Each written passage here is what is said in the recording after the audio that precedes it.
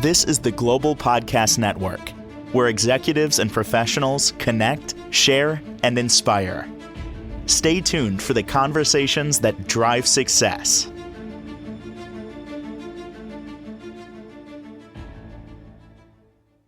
And welcome back, everybody. It has been said that if you want to live a fulfilling life, one with joy, abundance, just feel like things are in the right place, you have to have a life that's balanced. Even your body, it's been said that if your body's slightly off balance, that's where sickness and disease comes in. So how do you achieve that balance in your body?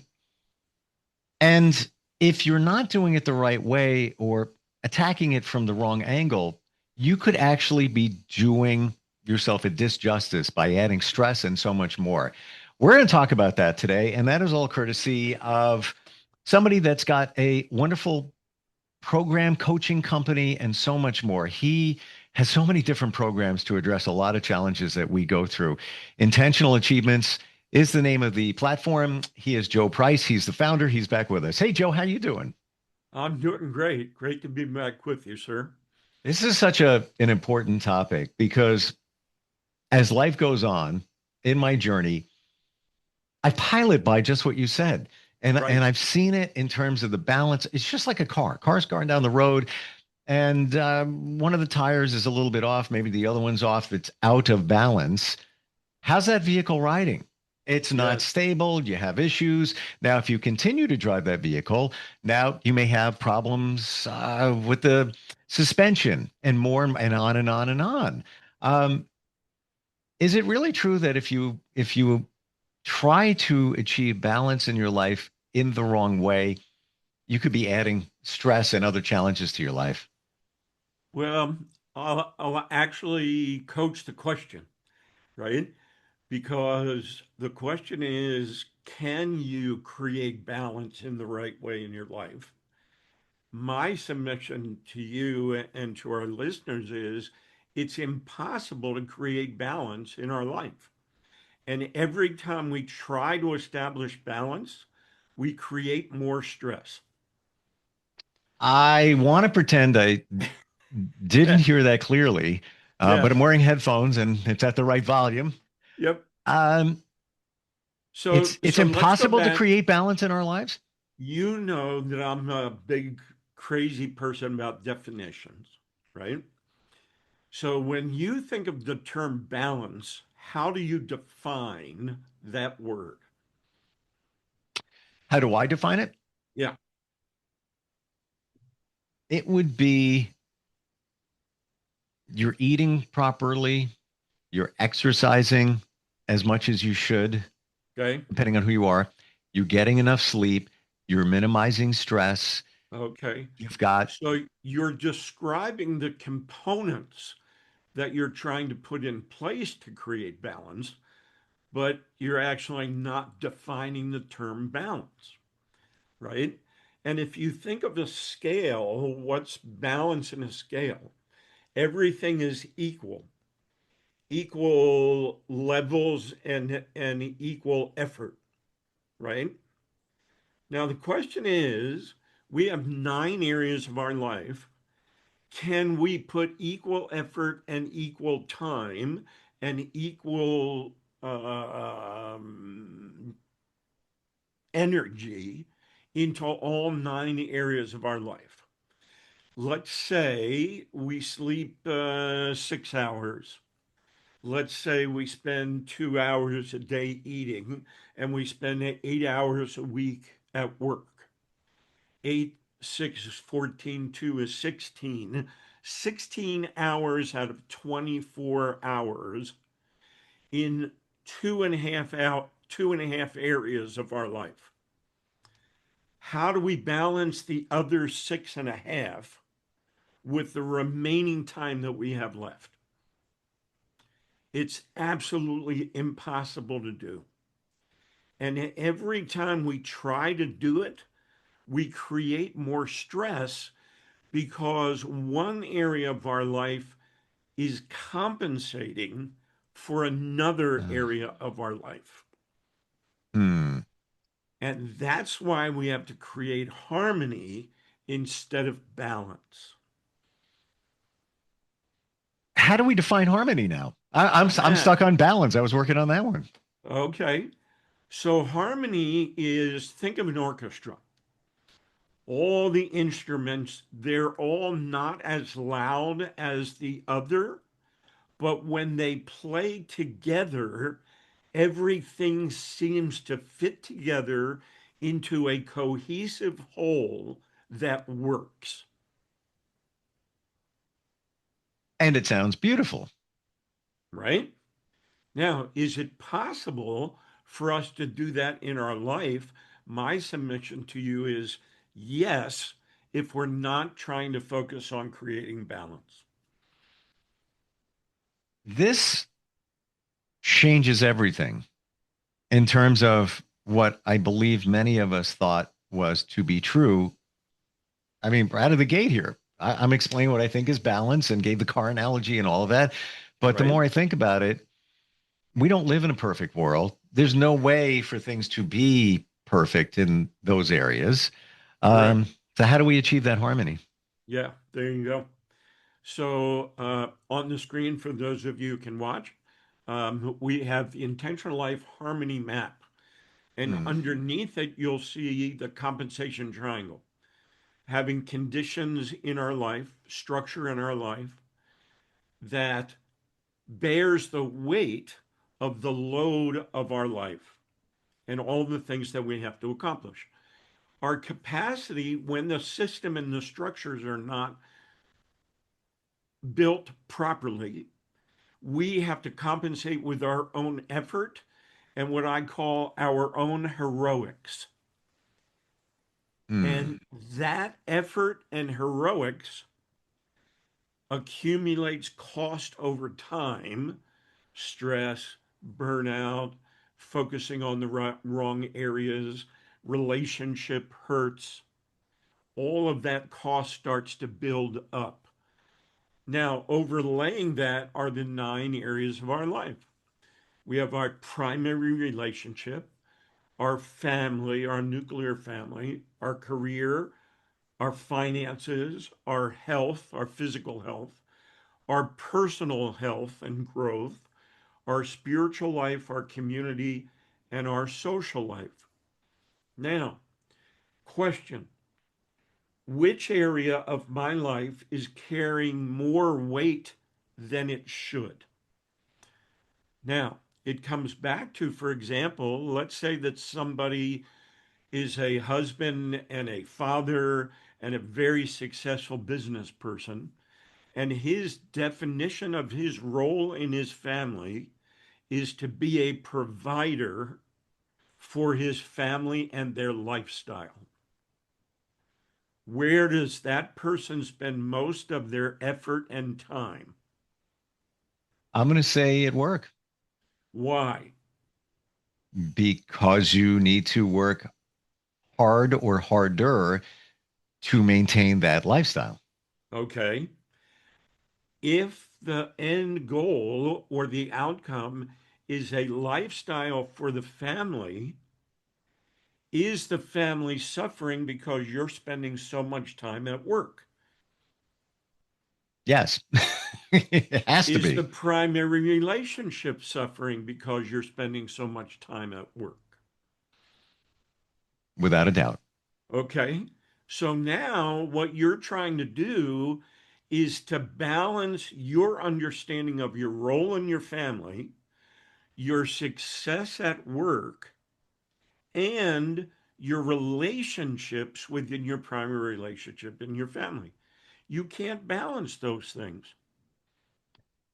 If you want to go even deeper into this, that let's say that individual who's working their butt off to you know provide a wonderful life for their family, that may even go back to, and this is a side note, to childhood and limiting beliefs, thinking that I need to keep working hard because if, let's say you have 3 jobs, you'll lose one of them. Didn't even happen yet, but you Yeah, have this fear, goes back to fear that, well, if I lose that one, that my family's lifestyle is not going to be the same and I'm not going to be able to provide for them and on and on and on. So absolutely there's right. so much at work here. Um, But what would you say to somebody who looks at that and says that, all right, hey, come on, that individual that's working their butt off to make enough money to have that lifestyle for their family. Well, it's out of balance, Joe. It's out of balance because they're spending more time at work and Right. they have a goal, whatever that goal may be. Obviously, we know what it is here. Yeah. It's lopsided with too much work, so it's out of balance. What are you talking Correct. about, harmony? It's out of balance. How do you It's address out that? of balance. Now, how do you harmonize them? You create agreements with the other areas of your life of what an harmonious life looks like, to where you substitute quality time for quantity of time. And so, for example, I sit and have a conversation with my spouse and say, look, I spend 8 hours, 9 hours, 10 hours at work. We need to create an agreement of where and when we're going to have quality time that continues for our relationship to grow and blossom and not be hurt by the time that I'm spending at work. Hmm. How do we do that? We have a conversation with our primary relationship. We work out agreements and we make commitments to those agreements of what that time looks like. And will it create the harmony and build the relationship that we want it to build? And we have the same conversation with our family. So, can you put that graphic up again? Because I want to look at some of the other things within. So that is what we're talking about here in this hypothetical situation is, would you say it's career? I would say it's career focused and relationships out of balance and out of harmony. Which interestingly, you have arrows that go back and forth in all of the 9 segments because obviously they're interconnected. But the career thing obviously is about finance. Why is this person working harder? Because they want to make sure they have a certain level of finance for the relationship. But as we go further around the harmony map, what's going to suffer? Got to believe health is going to suffer. You're working your butt off. You're there, 10 hours a day. You come home, you're really tired. You want to put in some family time. You're not going to the gym. Absolutely You're not correct. working out. Yep. Your social time, that may be also conflicted with Yep. everything is connected. Everything. Our life is a system, Mm. and every piece of the system is interdependent on the other components of the system. You know what's interesting when you say that, hey, we have a system. We all do in our lives. It's a system. Right away, the illusion is, well, system, you got a system. So it's good. You have a system. Doesn't mean the system's right. True, right? Yeah. And it could come back to our definitions or understanding again of what our role is. So let's go back to the parent who works hard in order to create a lifestyle for the kids. Right. And that lifestyle means that the kids have everything worldly that they want. They got the newest iPhone and they've got the systems in their life and the play systems and everything else. Yep. Did the family have a conversation of what that family actually wants? Maybe the kids want more time with dad instead of a new iPhone. Mm. It might be all about assumptions. And Absolutely correct. and this a lot of this now pivoting for a moment here, but a Sure. lot of this even comes into the 5 love languages. Are you aware of those? Yes. Because how many men live their life by providing for their family? And every week I'm out there doing the shed, I'm mowing the lawn, I'm taking care. Look at this. Look what I've done for you people. My family. I love you guys. Look Absolutely what I've right. done. That's their showing of love. Yes. But to the wife and possibly the kids, they're seeing it totally differently. He's not spending time with us. He's always working in the yard. He's doing this, he's doing that. He Absolutely doesn't really correct. care about us. Meanwhile, Yep. it's the complete opposite of that. Yeah. Mm, So the kids or the spouse main love language, primary love language might be touch. And 30 minutes of sitting and hugging or holding hands or eating together um, does more in that 30 minutes yeah. Yeah. than the hours that they spend at work and the money that they spend. Well, to your point, one of the five love languages is acts of service. So, Correct. his act of service is I'm working, I'm getting that overtime because, I'm going to take him on that vacation. They're going to have a great time. Right. We're going to have fun together, It's 1 week out of the year, but it's worth it. And like you said, everybody's got devices and they're happy in it, but maybe they're not. Right. So what's the solution to find that harmony, whether we use this hypothetical or any? Yeah.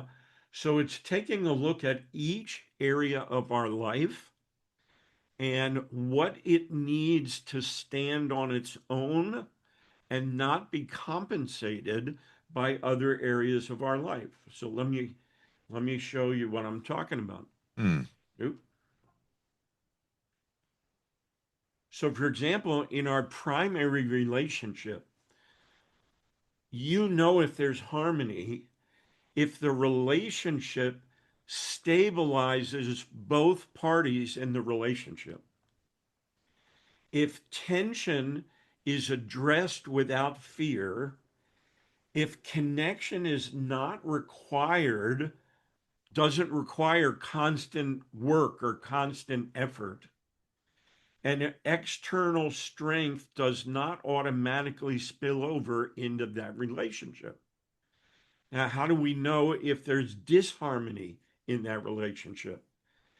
The relationship absorbs the stress from other areas.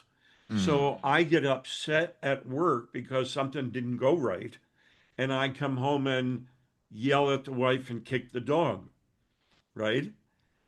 That primary relationship is absorbing the stress of my work, Hmm. and it's not in a harmonious place. Why do we call it harmony and disharmony signals? Okay. Because it's showing you where disharmony is and where you need to look. So, for example, if I'm carrying my stress home from work and it's affecting my relationship when we're not communicating very well, Hmm. I might say to myself, well, I need to spend more time with my wife and we need to learn how to communicate better. That's the wrong place to look Mm. because it has nothing to do with the relationship. It has to do with the fact that the relationship is allowing the stress of work to infiltrate that relationship. For sure. And even the small issues in the disharmony signals side of things, the small issues under pressure turn into big things because Absolutely correct. you're stressed out. Why? Because understandably, you're working much more than you really should or maybe need to because you didn't discuss it with your family or get on the same page with them. Yeah. Yeah, I got to believe you're probably lacking some sleep at the same time, right?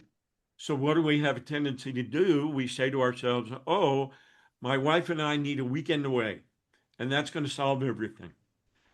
And so we say, all right, I'm going to focus on that relationship for that weekend. Mm. And then everything in that relationship is going to be fine. And we go back to normal. I go back to work, feel my stress, come back after the weekend is over, go back to our normal life. And now that relationship starts absorbing that stress again. Mm. It was good for 2 days. Exactly correct. Yeah. Because we focused our efforts in the wrong place.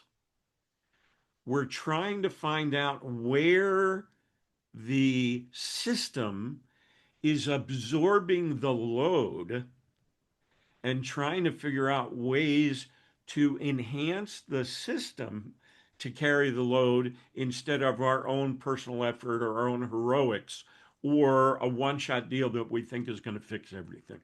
In this scenario, does it ultimately come down to communication with the family, see what everybody wants? It is, and it's the kind of communication that we have a tendency to sit down and say, all right, what does everybody expect out of this relationship? We've talked about the difference between expectations and agreements and commitments, right? So, what the kids might expect is different from a conversation that says, what do we need and want? And how do we create agreements around those needs and wants? What if you have that conversation with your family and what comes back is, yeah, Dad, we really want to go on vacation. Yeah, I don't have the latest iPhone. My friends do. They actually, it's identified that that's the lifestyle they want. Maybe they are accustomed to it. Maybe they're used to it. Maybe your wife is saying, hon, we really need a new driveway. Um, Now you're at the same juncture. You're feeling that pressure. Well, all right, I'm go back to work. Yeah, right. How do you handle that at that? Because Yeah. things are, for lack of a better description here, they're off balance. They're off balance because in the conversations of the relationship, we're not thinking about the ultimate outcome for that relationship. We're looking at things that will appease the stressors in that relationship, right? Mm, We're not sitting down with our spouse and say, where's our relationship 5 years from now? How is how are each one of us growing separately and together? And what does that relationship, our primary relationship, do to support our family and what our family needs and wants 2, 3, 4, 5 years from now? mm. I have to tell you, Joe, we've talked about the different systems, the different programs you have. I never viewed it so much that it can change your life in such a personal way. I viewed it more, all right, this is a little more, over on the business side of things, Right. the professional side of things. This is a whole different view. This is changing your personal life, which inherently will change your professional life. Well, think about it. We've talked about this before. I have always believed that if the intentional achievements principles are not based on universal application, then they're not right, Mm, right? Intentional is universal. It's not just one area of our life or another area of our life. It's being deliberate and outcome focused in every aspect of our life. And we can use these same principles as we talked about the compensation triangle. If we're a small business owner, for example, and our company is not structured properly, if we don't have the right team, if we're not focused on doing the right things, if we don't have agreements in place of what the roles and responsibilities are with the people inside our organization, those conditions are not carrying the weight of the success of our business. And therefore, my personal capacity as the owner, my effort and my heroics have to take over, would you right? say, It's the same principle in our personal life yeah, as it is universally in every other aspect. is it essentially comes down to systems? It really does. Mm, Every component of our life, every component of our business is interdependent on every other component. And if one is out of balance or carrying too much weight, everything else shifts. And then we have to compensate by coming in and fixing everything. mm. It's almost to me, there's only so many hours in a day. If you spend more time over here, you're taken away from over here. this is Absolutely correct. fix them out. And And how many of us find ourselves in what we call firefighting mode, right? oh yeah, Something becomes urgent and we have to stop what we're doing and fix that urgent thing. Well, when that urgent thing is fixed, what happens to everything else that we were working on? Everything else gets behind, yep. and therefore those things that we were working on become urgent that then we have to firefight. And what we're doing is we're creating a chain reaction of firefighting in our entire life. Because you're always catching up. You're always Always. putting out the next fire. Correct. Wow. Right. And we're Fantastic. creating the next fire by not doing the right things in the areas that we need to do them in. But unless you identify them, and you can, especially with the graph the graphic that you provided, the 9 areas, and also seeing the signs, whether there's harmony Absolutely. or disharmony within. Yeah, Wow, absolutely beautiful. right. Mm, learned a lot today. I think we all did. Gives you a lot to think about in terms of the systems in your life and where there is disharmony, because I got to believe it's everywhere. Nothing, listen, life is not perfect, nor should it be. Right. That's the way it is. Give Well, and take. here's the interesting thing from the outside, our lives, our lives may look like they're working, but what is the cost behind the scenes? Mm. What is the weight that we're feeling based on that disharmony? We're trying to put up this great facade that everything is fine, but inside and behind the scenes, things are not working very well. And there's hidden cost. You take a look at nowadays where you could be draining money on subscriptions and forget that you even had them. Yeah, Even phantom power, you got things plugged in around your house that's sucking, you know, not a lot of money, but you are spending money on electric and not even aware of it. So now put that absolutely. into the lifestyle situation. You may be radically degrading your health and not even be aware of it. And I'll Uh, give you one practical tip to close this whole thing out Sure. that helps us focus on the right things. It's called block time. And we have two concepts of block time, but the one I want to talk about here is every single day, you should set aside a block of time that you do nothing else but look at what might be harmonious in your life and what you can do to create little steps that would create harmony. Take one area at a time and ask, is this life in harmony or out of harmony? And what step can I take to make it more harmonious? My suggestion to people is take a half hour a day to start as that block and put it somewhere in the day where you are the most awake, alert, and creative. For some of us it's in the morning, Sure. some of us it's at night, right? But take that half hour a day and focus on nothing but what's one thing I can do to make this one area of our life more harmonious. Wow. It'll make a huge difference. Mm. I have friends that get up first thing in the morning, they meditate for a half hour. Beautiful. There's clarity that comes there. Others that have other things, but I'm going to use the word again. Being intentional about this can be a Correct. life changer, because when you take that time to really process and think, stuff's going to come up. I'm not being negative. It's going to come up because it's all about the give and take. Yeah, You're taking from here to give over here, but what if you're taking too much from here, i.e., maybe your health, et cetera? right. You're going to suffer at some point, and gosh forbid, you're taken away from health, and then disease Correct. crops up. And Mm. that's why that 30-minute block should be the most important thing you do every single day. Best way to reach you, Joe, if somebody wants to learn more about your programs or just even pick your brain on how this all works. Joe at intentionalachievements.com.